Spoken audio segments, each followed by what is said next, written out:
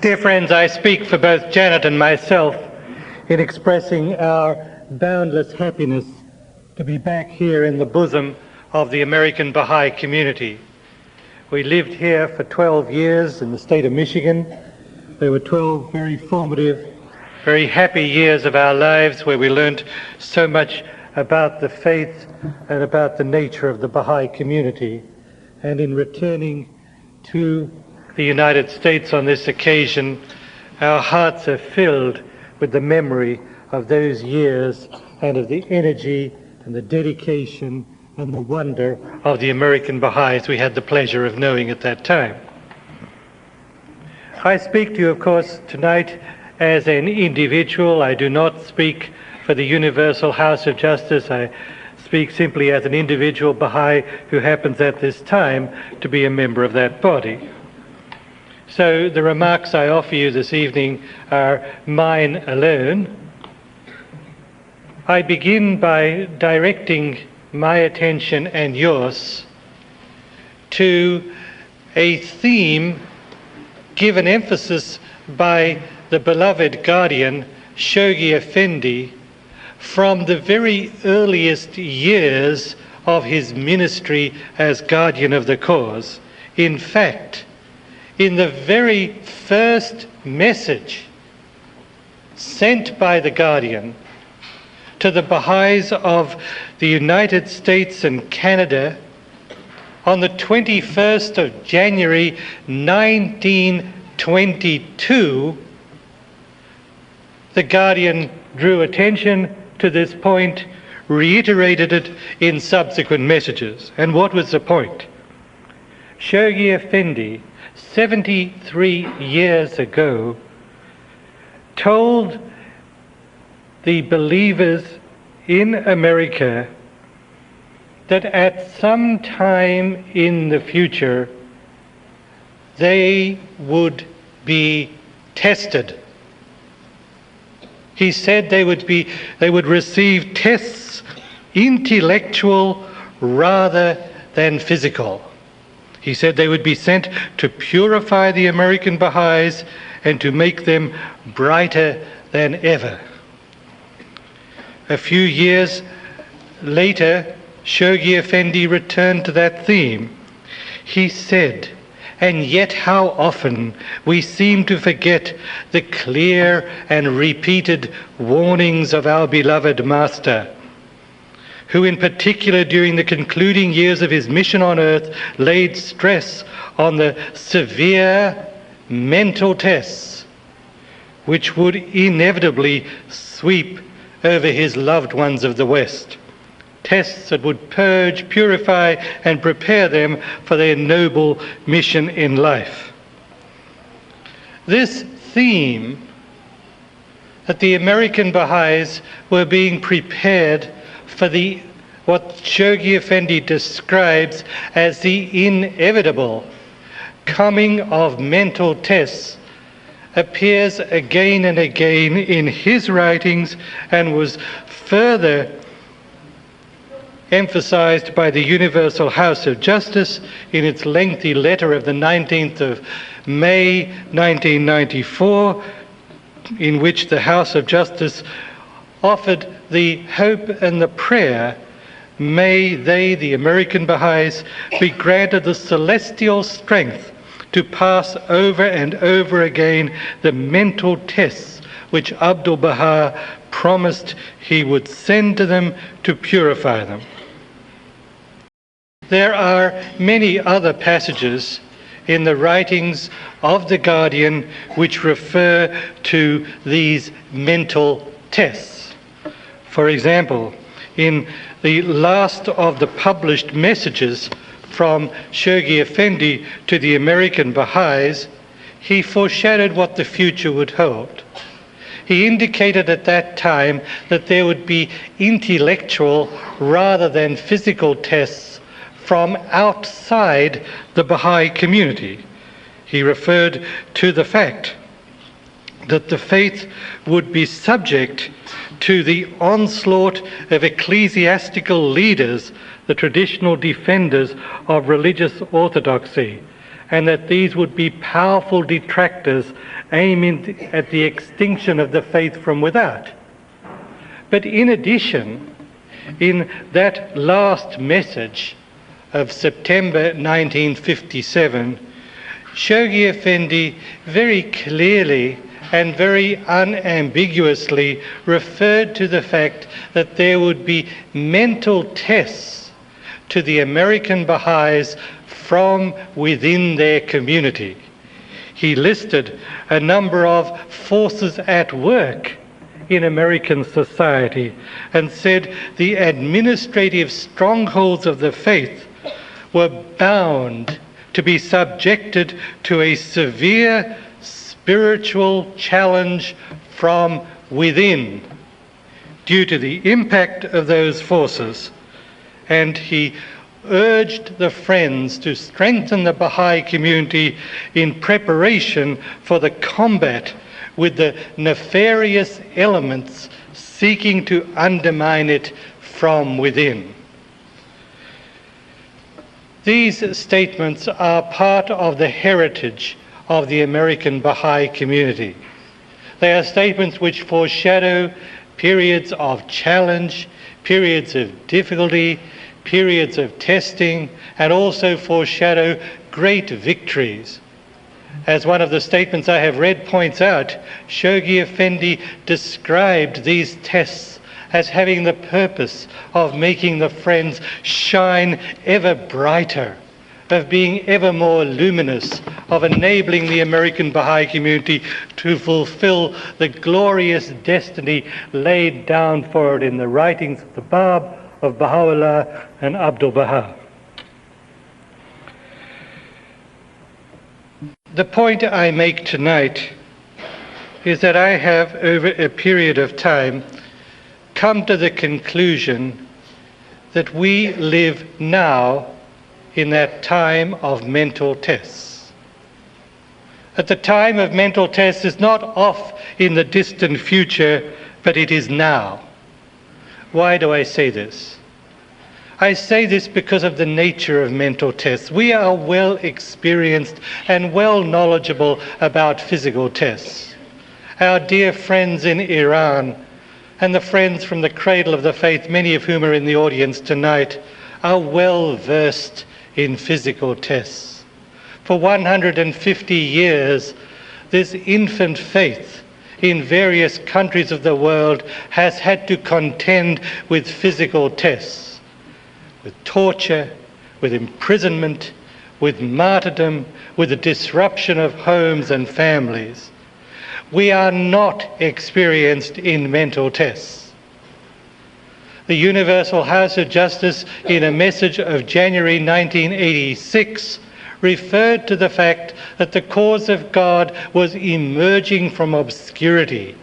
In other words, it was leaving the first of the 7 stages of its evolution laid down by the guardian and entering the second stage, and that second stage is that of persecution or repression.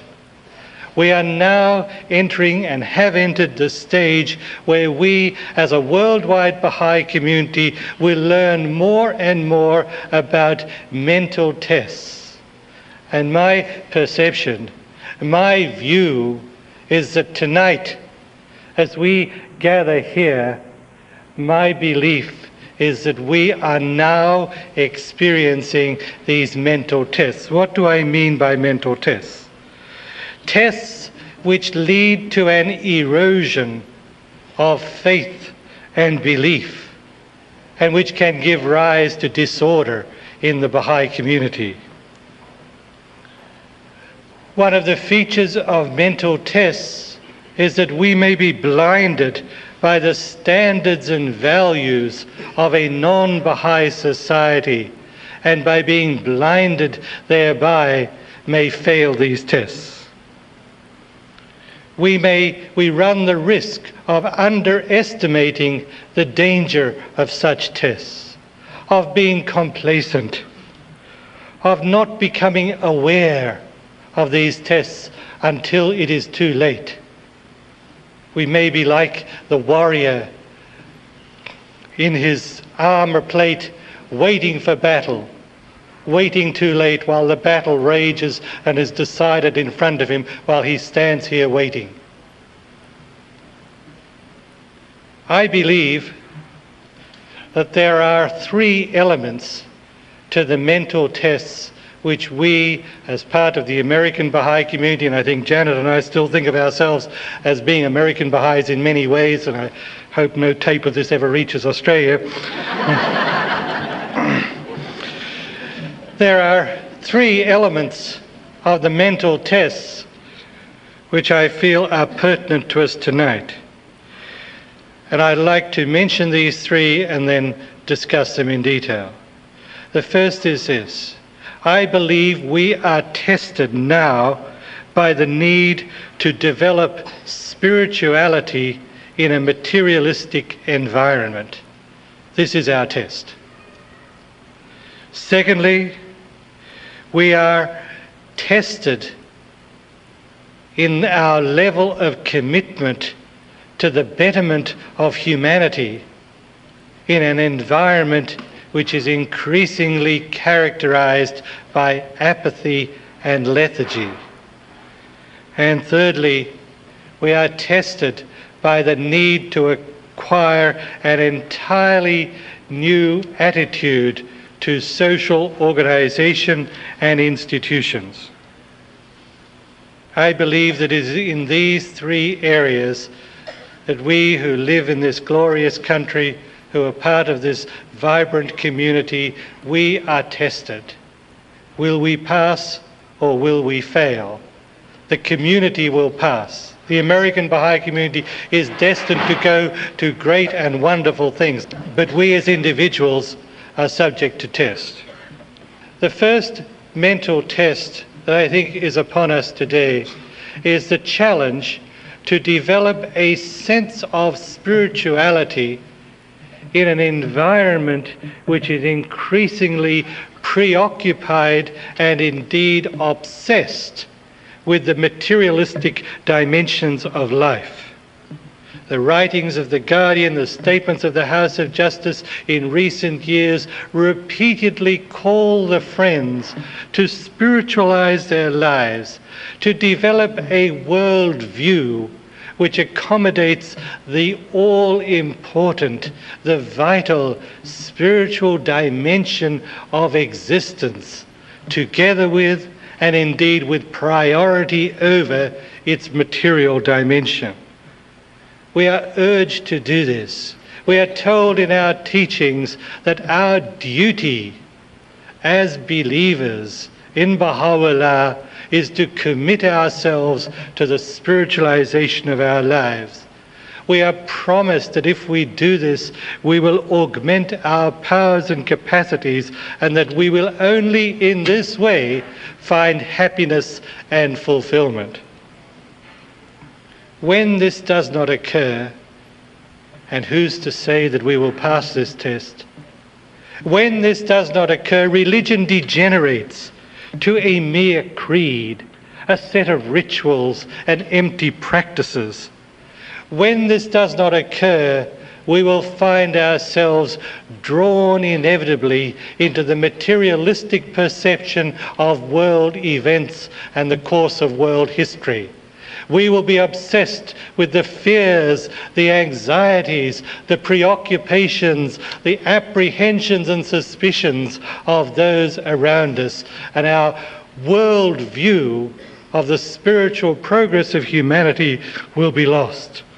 Our community life will degenerate into ritualistic practice if this process of spiritualization is not embarked on and energetically pursued. Why do we find it so difficult? I think it's because we, no matter how many Baha'is there are in any location, we are relatively few. We spend most of our lives interacting with people who are not Baha'is, some of whom are very wonderful people of very fine and exalted values, and others are not. We are subject to forces and influences and inclinations and advice and ideas which are essentially materialistic. and this unconsciously molds our worldview. For decades and indeed centuries, it was commonly held that in order to spiritualize our lives, we should forsake the material world. We should discard material possessions.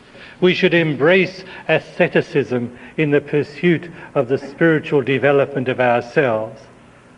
This erroneous conception has been put to rest by the revelation by Baha'u'llah of the law of hukuk.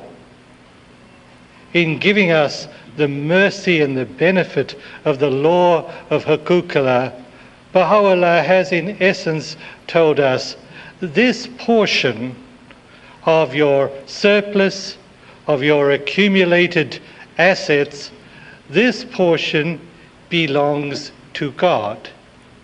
The rest of it, the other 81%, is yours. You may wish to offer it sacrificially for the welfare of mankind. You may wish not to do so. That is your business. Part of it belongs to God. We are called upon as a matter of conscience to pay our hukuk. We don't speak of contributing to hukuk. One contributes to the national, local and international funds, but one pays hukuk. The concept of spiritualization as involving necessarily the total abandonment of material comforts, of pursuits and benefits, that concept has been overthrown by the insight and wisdom provided by the law of hukuk. I want to share with you my perception of spirituality, of how it is that we may attain spirituality, because this is our challenge.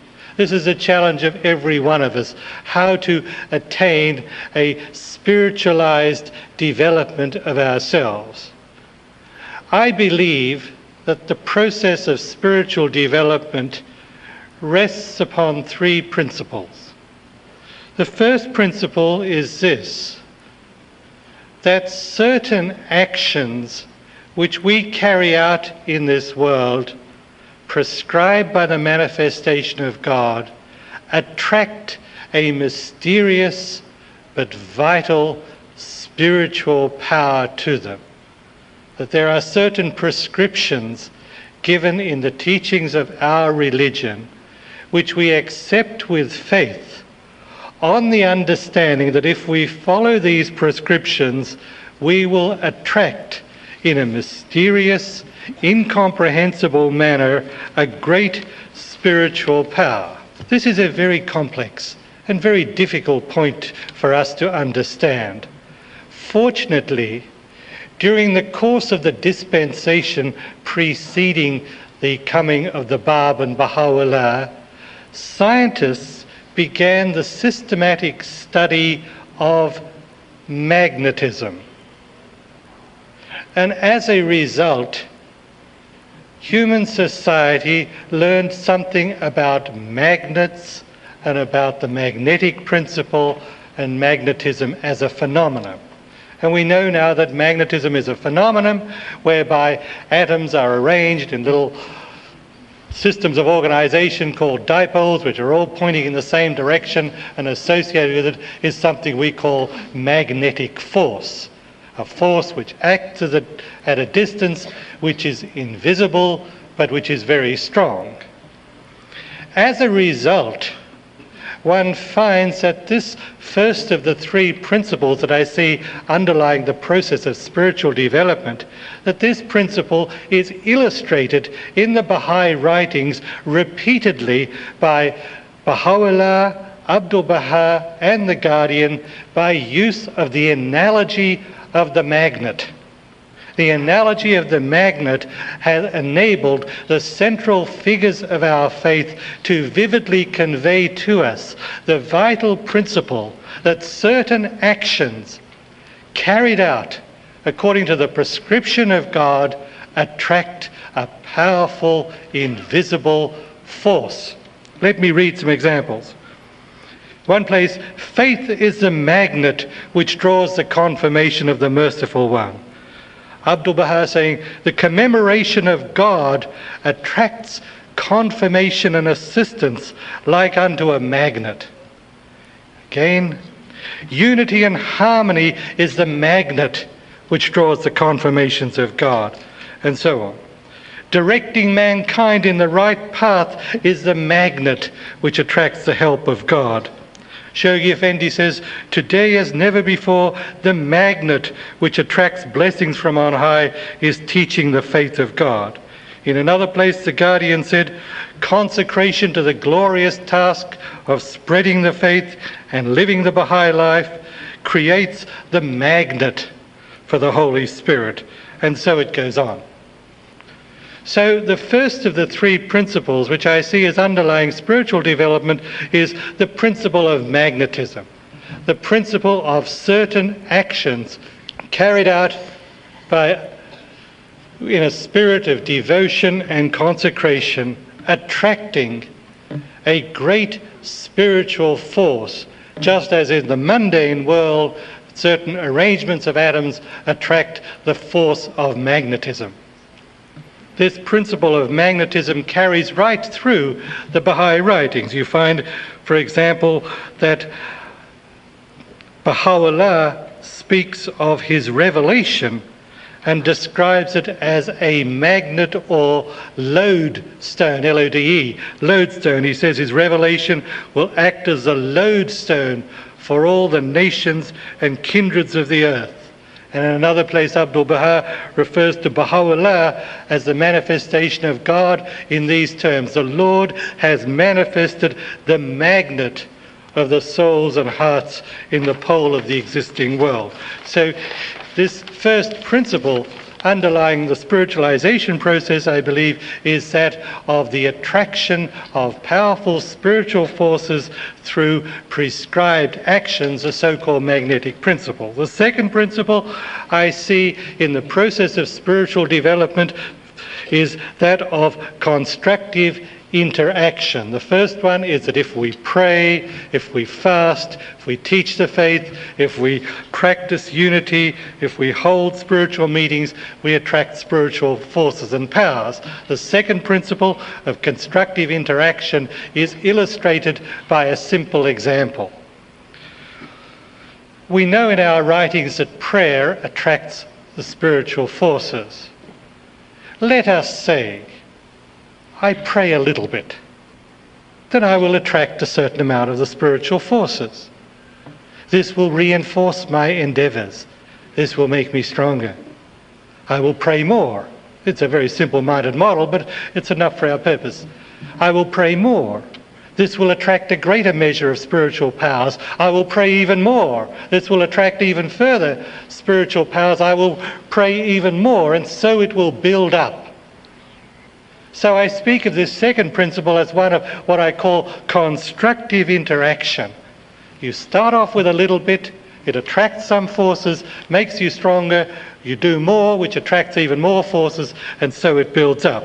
And in that sense, we are called upon to practice these spiritual virtues, to carry out these devotional practices, the practice of teaching, of contributing to the fund, of participating in the work of the faith, confident that they will attract spiritual forces which will reinforce our endeavors and make us do even more and more. It is in this light, this principle of constructive interaction, this is the only way in which I can comprehend a strange and mysterious statement which appears in our writings and which is attributed to the master Abdu'l-Baha here in this very spot in the year 1912.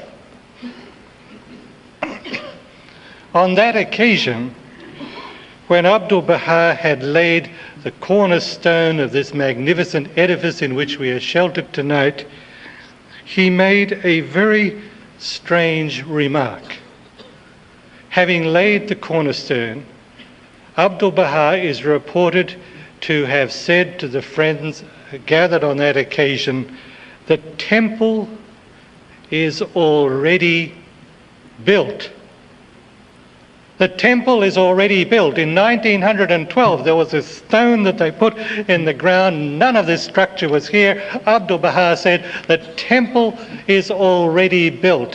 How can we understand a statement such as that? I believe it was simply an expression of this principle of constructive interaction.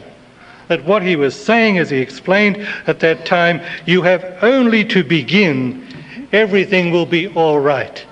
Telling the dear friends gathered in 1912, make a start, make a beginning. You will attract spiritual powers. This will reinforce your endeavors. You will do even more, attract even greater spiritual powers, and a time will come when the temple will come into physical existence.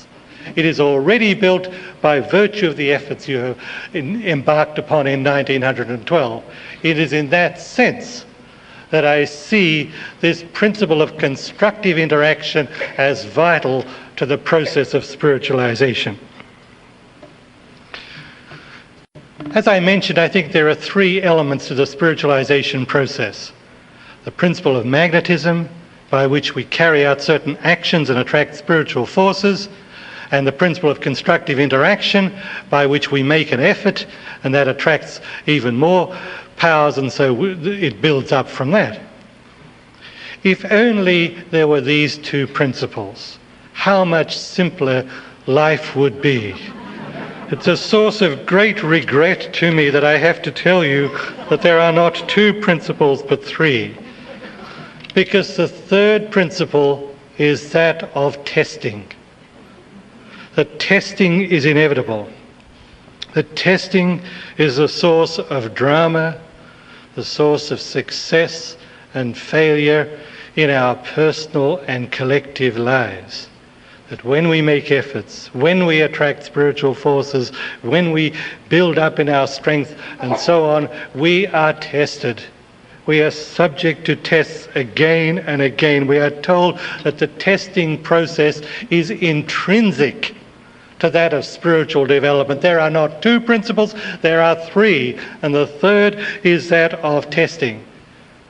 And we are tested to see if we really have the fortitude, the strength, the determination to persist in the face of adversity, in the face of distraction, in the face of ridicule, in the face of the desire to relax, to avoid the hardship and the effort that is involved.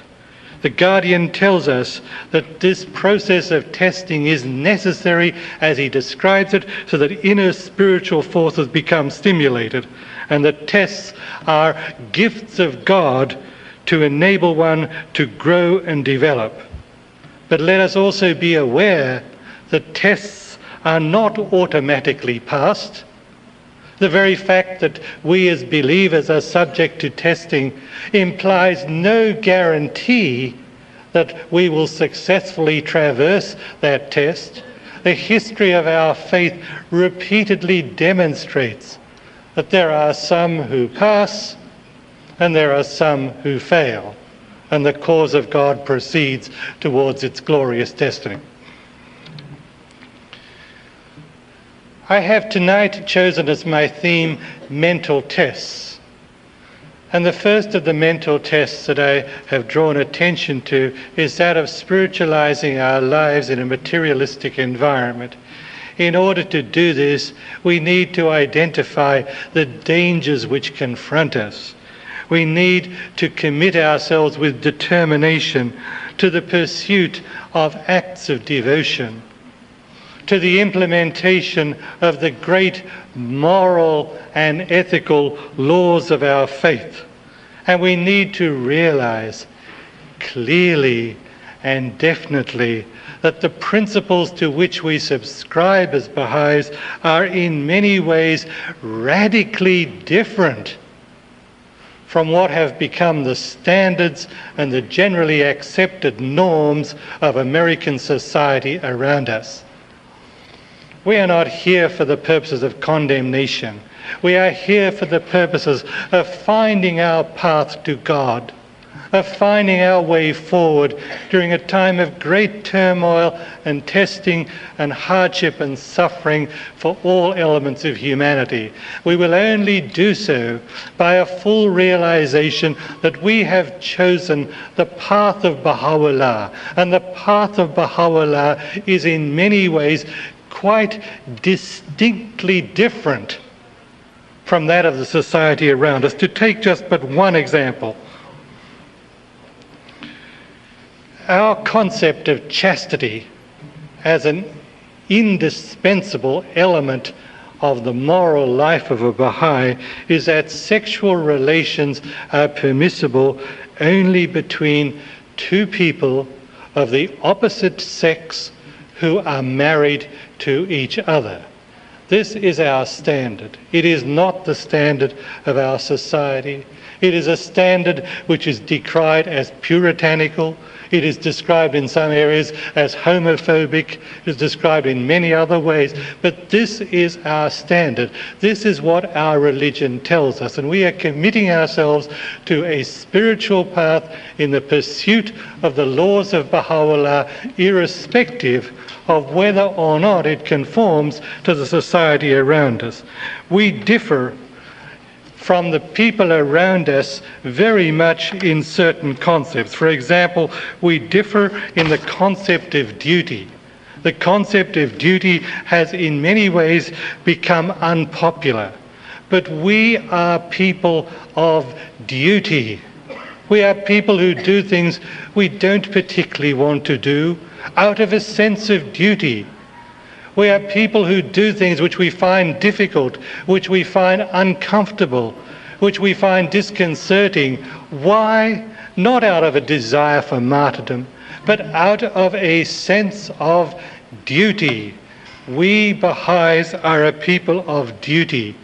We are a people of discipline. We are a people of responsibility. We are a people who revere and honour such concepts as honesty and trustworthiness. We need to pass the test of spiritualization in a materialistic environment. We need above all courage.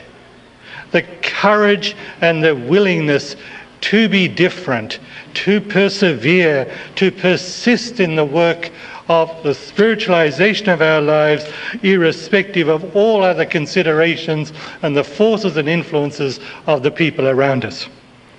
The second of the three tests that I feel are upon us in the United States today is that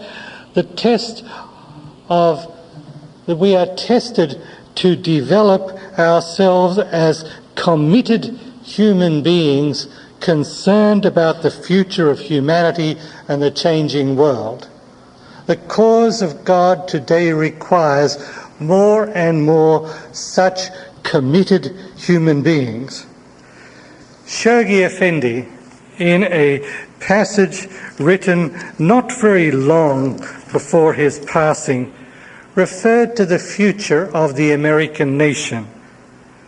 And one of the things he mentioned as being within the future of the American nation has arrested my attention in recent years.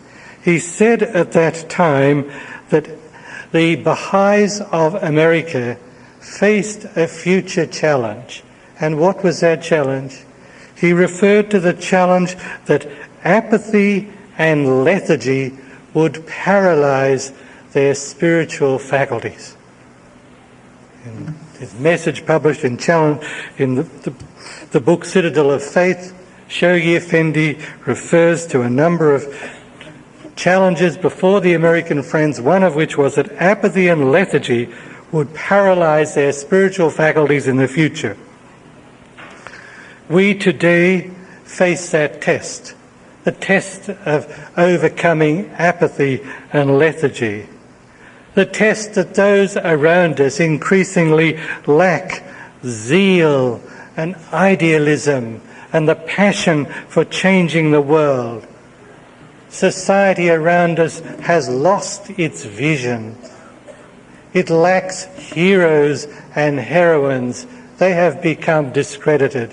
Exposés have been written about them. They have been found to have feet of clay. There are no heroes. There are no heroines. There is no vision. It is a matter of making it through day by day, being concerned only for oneself because no one else is interested in us. You survive or not, it's a hard, cruel world out there. That is not the Bahá'í way.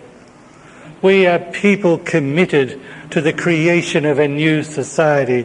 We are summoned to heroism. We are summoned to sacrifice. We are summoned to idealism and to altruism. We are people creating a new society, a new civilization. We are people who love and are concerned about generations yet unborn.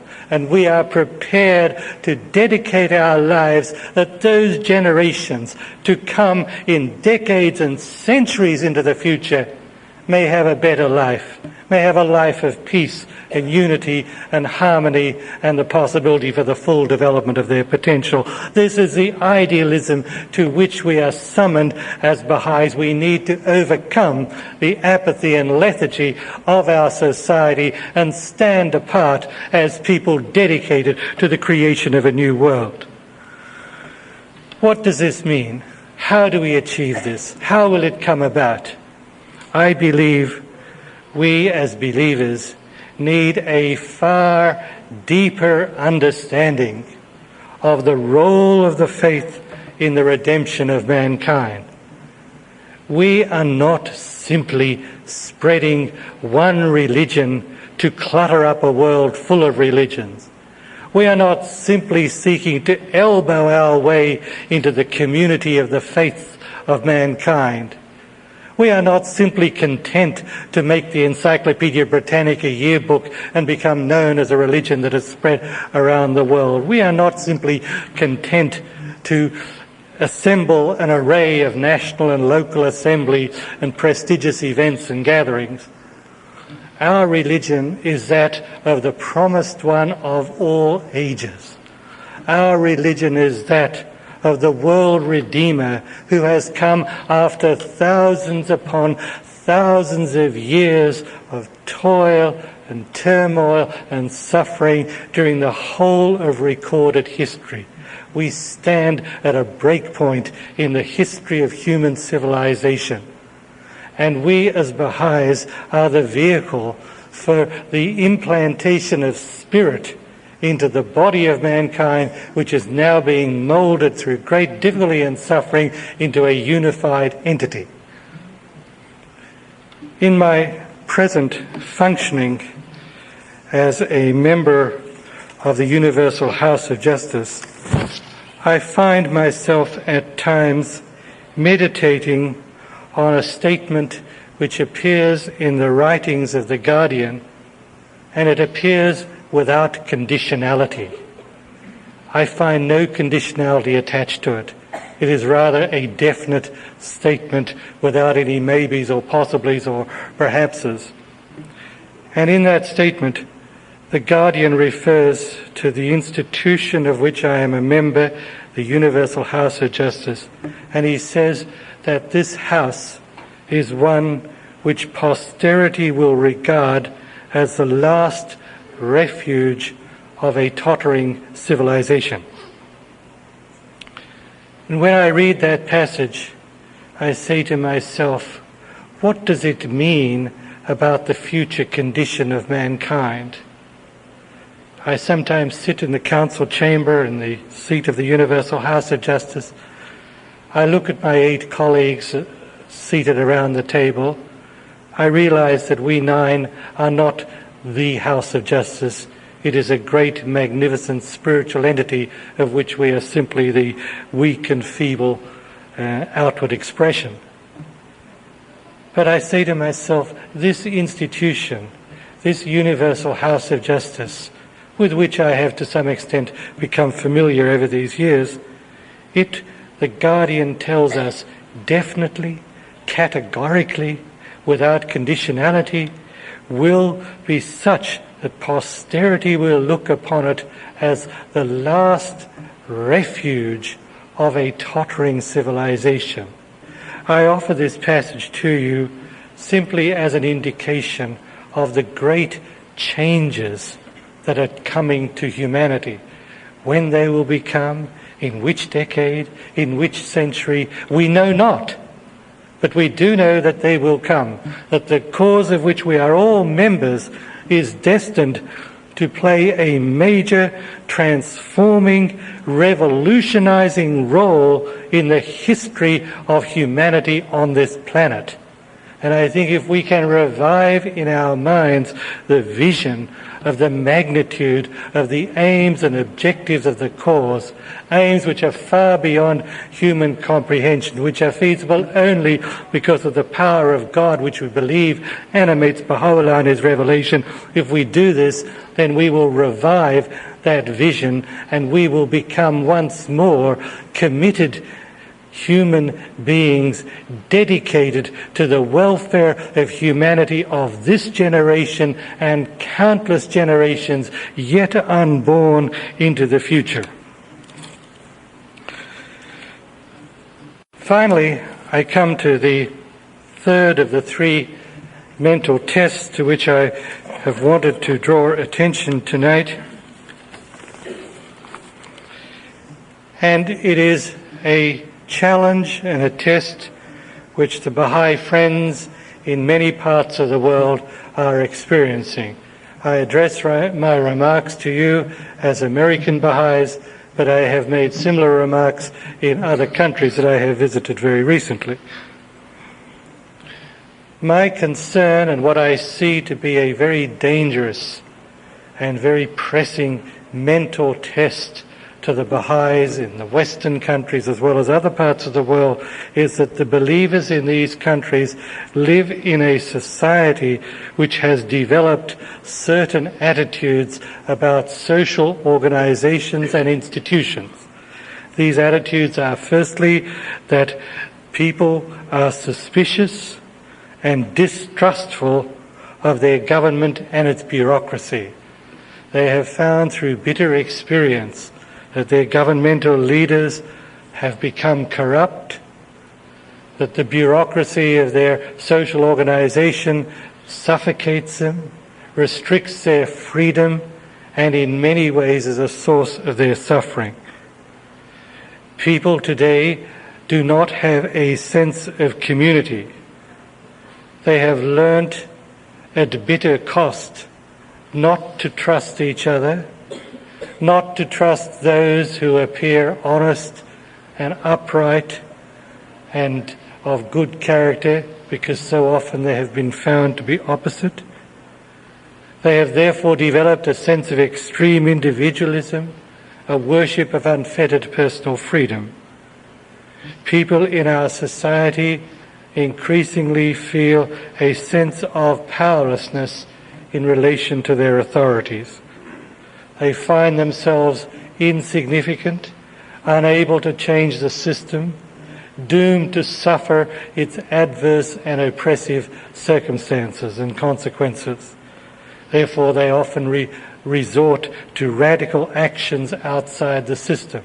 They become terrorists, they become anarchists, they seek the overthrow of the system, they seek its destruction. They say, often with a certain justification, anything is better than what we've got. These are increasingly the attitudes of the society around us. They were foreshadowed by Baha'u'llah in his tablets to the kings and religious leaders. Shoghi Effendi described in detail the evolution of society during what he called this age of critical transition. It is now upon us. People in our society have developed those attitudes, and if we were to question those people, they would offer us ample justification for the attitudes which they display. The great mental test we face as believers is a test that we may unconsciously and inadvertently transfer those attitudes from the larger society, which is manifestly in decline, into the Baha'i administrative system. That is our test. Because if we bring those attitudes in with us, without even realizing it, we will disrupt and damage the administrative system ordained by Baha'u'llah. Shoghi Effendi wrote on this theme some years ago. He said, "Our present generation, mainly due to the corruptions that have been identified with organizations, seems to stand against any institution. Religion as an institution is denounced. Government as an institution is denounced. Even marriage as an institution is denounced. We Baha'is should not be blinded by such prevalent notions. If such were the case, all the divine manifestations would not have invariably appointed someone to succeed them. Undoubtedly, corruptions did enter those institutions, but these corruptions were not due to the nature of the institutions, but to the lack of proper directions as to their powers and nature of their perpetuation." This is still the Guardian's words, "What Baha'u'llah has done is not to eliminate all institutions in the cause, but to provide the necessary safeguards that would eliminate corruptions that caused the fall of previous institutions. What those safeguards are is most interesting to study and find out, and most essential to know."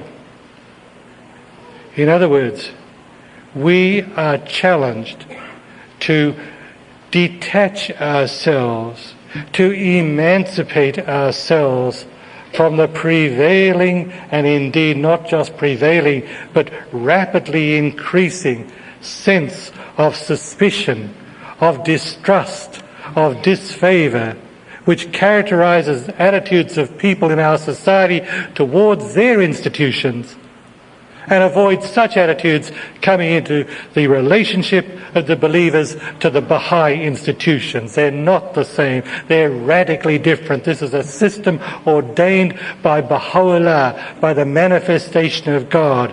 It has characteristics, it has a system to it, which enables it to purify itself of any adverse attitude and behavior. It stands quite different from the way of the world. And if we bring the way of the world into the Bahá'í administrative order, all we will do is temporarily disrupt it.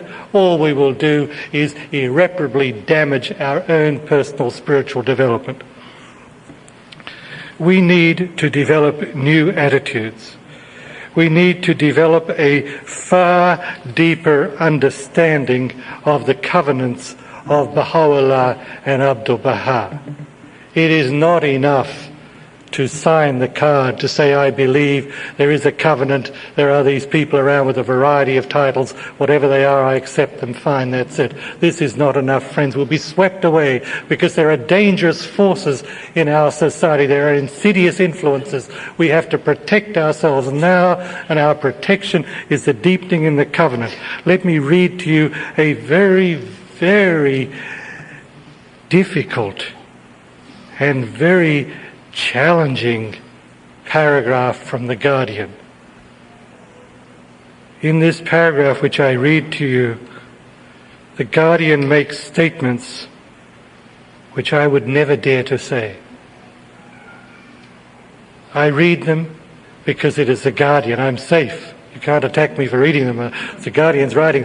I would never have the courage to stand before you and make the kind of statements I'm going to read to you now. Shoghi Effendi says, the believers need to be deepened in their knowledge and appreciation of the covenants of both Baha'u'llah and Abdul Baha. This is a stronghold of the faith of every Baha'i, and that which enables him to withstand every test and the attacks of the enemies outside the faith. So far it's not too bad. I would have said that. Now comes the difficult part.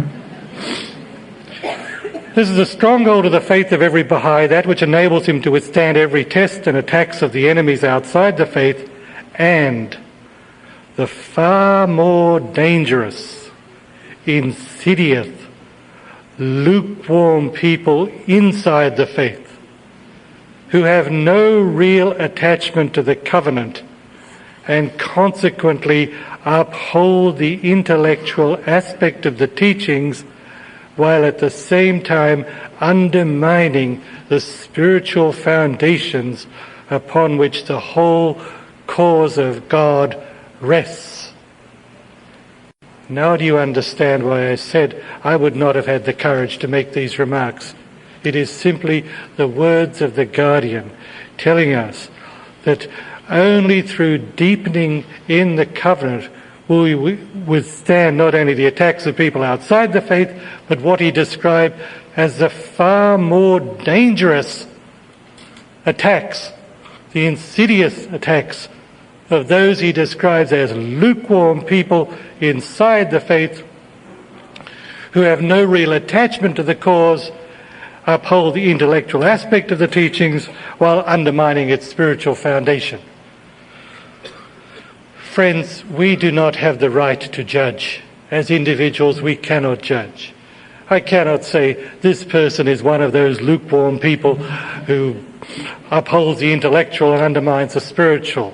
I have no right to make such a statement. You cannot make that statement about me or about anybody else in this room or in this country. We're not here to categorize or to judge. But Shoghi Effendi tells us that the Baha'i community includes those elements.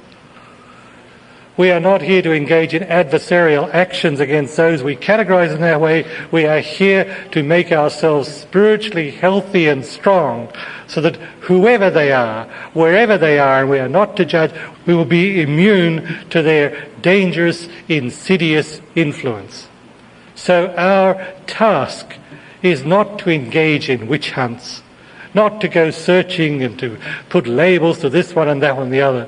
Our task is to do exactly as Shoghi Effendi said, to deepen ourselves in the covenant so we will be spiritually strong and healthy and withstand these adverse attitudes towards the institutions of the faith. We need also, in dealing with this test, the test of acquiring a new attitude to our social organisations and institutions, we need to rethink what is criticism. There is criticism and there is criticism. There are passages in the writings which refer to criticism as being an appropriate measure, an appropriate element of Baha'i consultative and community practice, and nobody is disagreeing with that. But what we also have in our writings are references to the extremely dangerous character of what the Guardian refers to as vicious and negative criticism. Criticism and discussions of a negative character which may result in undermining the authority of the assembly as a body should be strictly avoided. And I think most people are smart enough to know what is the difference.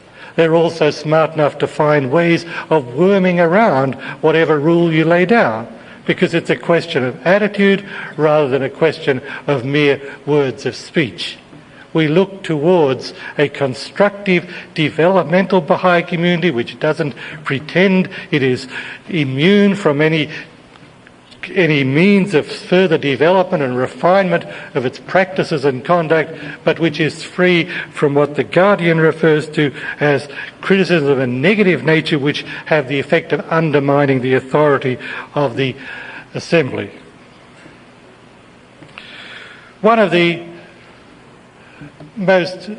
favourite and most wasteful and destructive practices in Baha'i community life in certain quarters is that of speculation about the calamity. And I'm sure you've all experienced this certain times. You've spectacular remarks about the evaporation of skyscrapers and submarines off the coast and so on.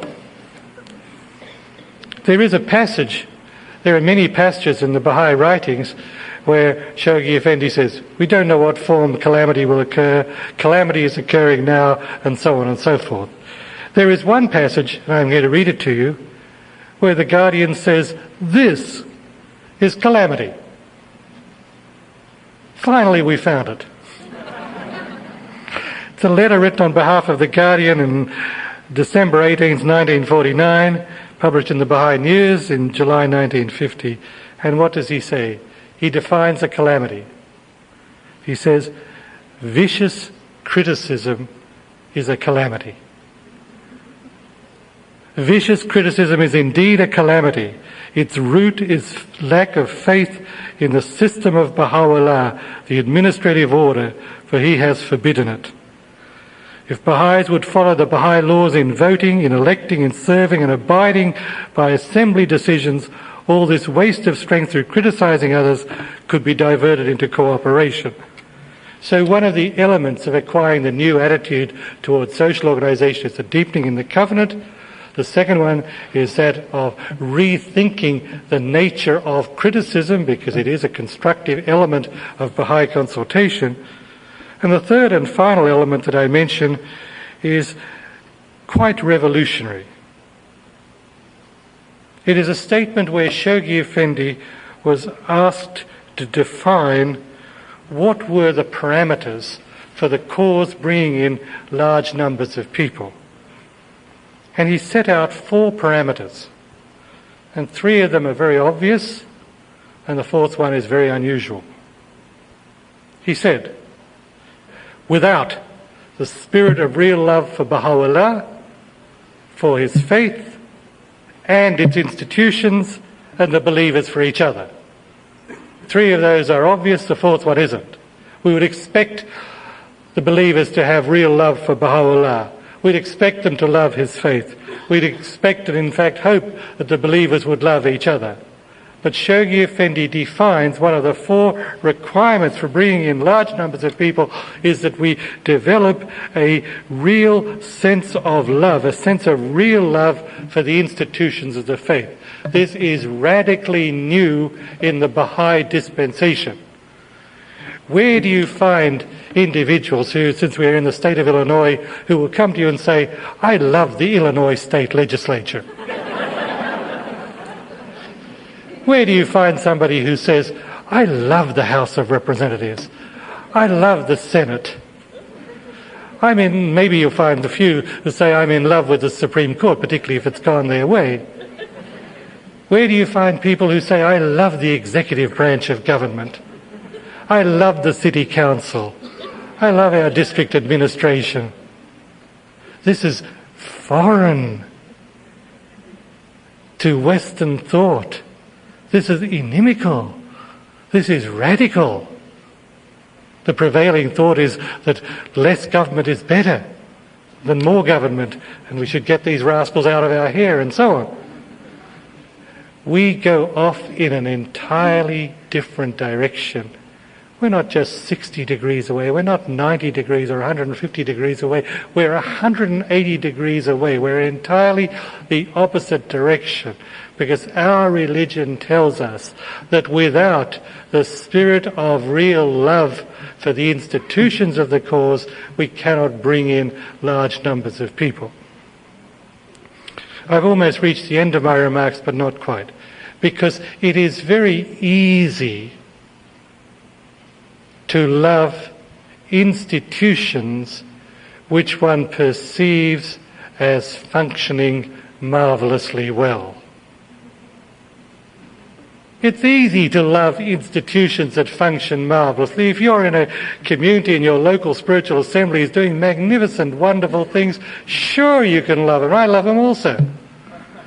But can you love an institution which is functioning in an incomplete developmental way, which is making mistakes, which is having trouble with its unity, with its activity, with its executive action, which forgets to advise you of important events and the like? This is our challenge. How can we do it without hypocrisy? We can do it the same way a parent loves a child. When the child is stumbling, is behaving badly, is filled with some illness, or is grappling with some social grace. The parent loves the child because the parent sees in that child the potential for development. Through love and nurturance, the child will develop and fulfill its potential.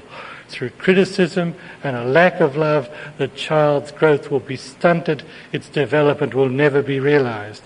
So it is We are called upon to love our institutions, not in a sense of artificiality, not in a sense of hypocrisy, but in a sense of perfect faith that these are institutions ordained by Baha'u'llah with a glorious, magnificent future ahead of them through our love, our nurturance, our support, our compassion, our understanding. They will develop, they will evolve. It is this kind of love we seek, radically different from the attitude of criticism, suspicion, disorder, and corruption, which informs the attitude of people in the society around us toward institutions which are in decline and dissolution.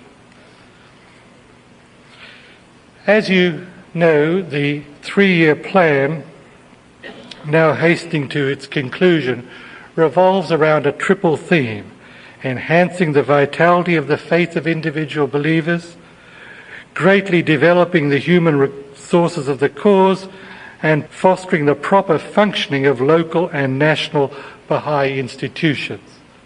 It is in striving to overcome the 3 mental tests that I have called attention to tonight that I believe we can best fulfill the responsibilities laid upon us in pursuit of the 3-year plan and our role as Baha'is.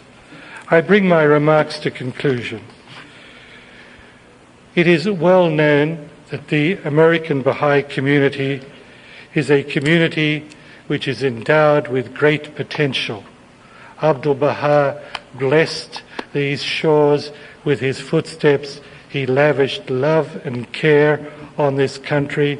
Shoghi Effendi wrote his major messages to the American Baha'is. He called upon the American believers as the chief executors of the tablets of the divine plan. And I can assure you that the Universal House of Justice loves the American Baha'i community and its institutions in no less a way than the love that was showered upon the friends in this country by the Master and by the Guardian. We turn to the American Baha'i community with a great deal of trust and confidence, and if you will allow it, with pride at the potential and the greatness of what this community can achieve. There is no doubt in my mind that all the promises in the writings about the future glory and destiny of the American Baha'i community will be fully and completely realized. Everything that Abdu'l-Baha says about it will come true. It will occur. It's inevitable. There is no doubt about it. But what there is doubt about is, where will you and I be? Will we be part of this great development? Will we be part of these victories? Will we survive these dangerous and challenging mental tests to which I see we are subjected now? Will it be our lot to ride on the crest of this wave of victories, or will we be swept aside? Will we, in fact, join those in Baha'i history who failed the tests when the tests came upon them? The choice is ours. The choice is ours. Friends, the choice is ours.